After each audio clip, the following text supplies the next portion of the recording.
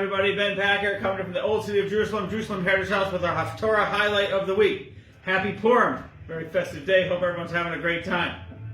So this week's Parsha after Purim is Parshas Tzav. And it's continuing on the theme of most of the book of Vayikra, Leviticus, which is sacrifices. And the Haftarah is from Jeremiah, and he's making the point in the Haftarah that sacrifices are, of course, important, but not nearly as important as doing what God says. You can't just not do what God says and then bring a bunch of sacrifices and be like, yeah, it's all good. No, it doesn't work that way. It goes the other. It's like, you're not getting along with your wife, so you buy her a bunch of gifts. You got to be a good husband. You can't just buy a bunch of gifts. It doesn't work that way.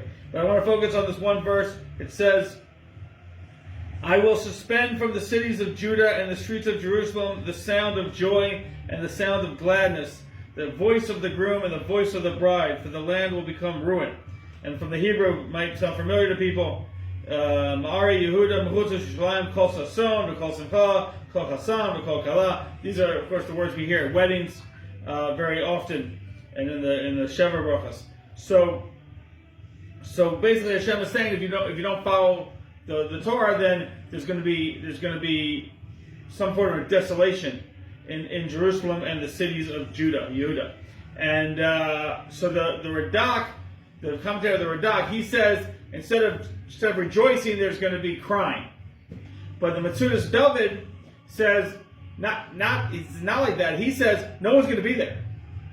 It's just going to be empty, right? And we know that when the Ramban, the Nachmanides, came to Jerusalem, he said there wasn't enough Jews here for a minyan when he came. There literally wasn't enough. There was literally empty for many, many years. Of course, today is Purim. It's a very exciting time. But in addition to that, we have weddings all the time. Jewish life is flourishing in Jerusalem and flourishing in Ar Yehuda. And everybody should, of course, come visit. And of course, visit Jerusalem. But you should visit Ar Yehuda also.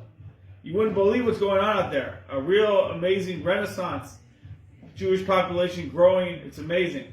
So we had this prophecy from Jeremiah that if we don't follow the rules, this is what's going to happen. But thank God we are so fortunate that we live today in a time where it's so good. Not perfect, but so good. It's so good. And we got to be thankful. We got to celebrate. Happy Purim. Shabbat Shalom.